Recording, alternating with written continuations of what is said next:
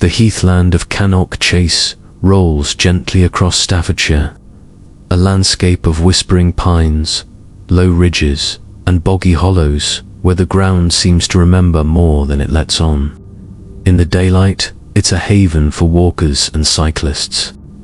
But when November arrives, and the early darkness begins to creep in like a rising tide, the chase becomes something else entirely. It was on November 11th, just after the morning's remembrance ceremony at the small war memorial on the hill, that Gideon March, a forestry volunteer and amateur naturalist, stayed behind to finish a trail survey. He had no love for crowds, but he respected the day. His great-grandfather had trained here before shipping out in 1916. Gideon had always sensed something unusual about the place, especially in the cold weeks leading up to winter, when the fog wrapped around trees like old smoke. As the sun dipped behind the tree line and the temperature dropped, Gideon found himself further out than he'd intended, near the remnants of a forgotten field hospital site, just beyond a thicket of use. His phone had no signal, and his GPS had begun glitching, but he wasn't concerned. He knew the land well. Then the mist rolled in. It came low and fast, swallowing the paths, muffling the branches, and silencing the birds.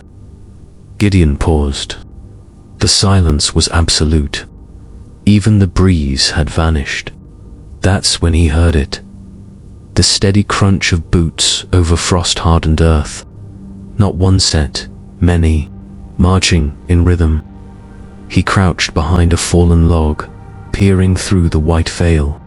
Shadows emerged from the mist, faint, wavering outlines of men in long coats and puttees, rifles slung over shoulders, faces dimmed by the weight.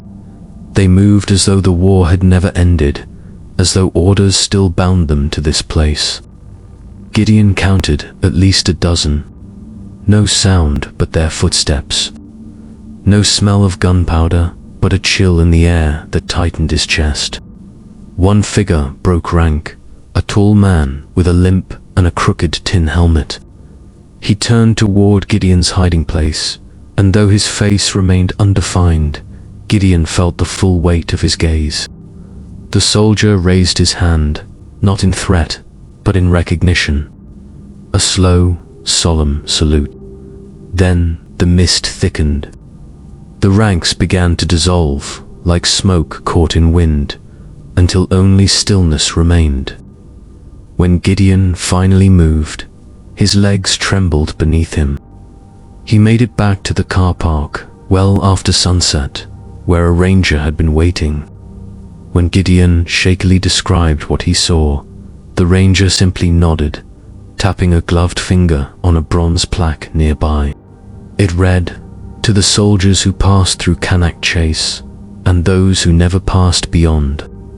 Every year since, Gideon walks the same path on November 11th.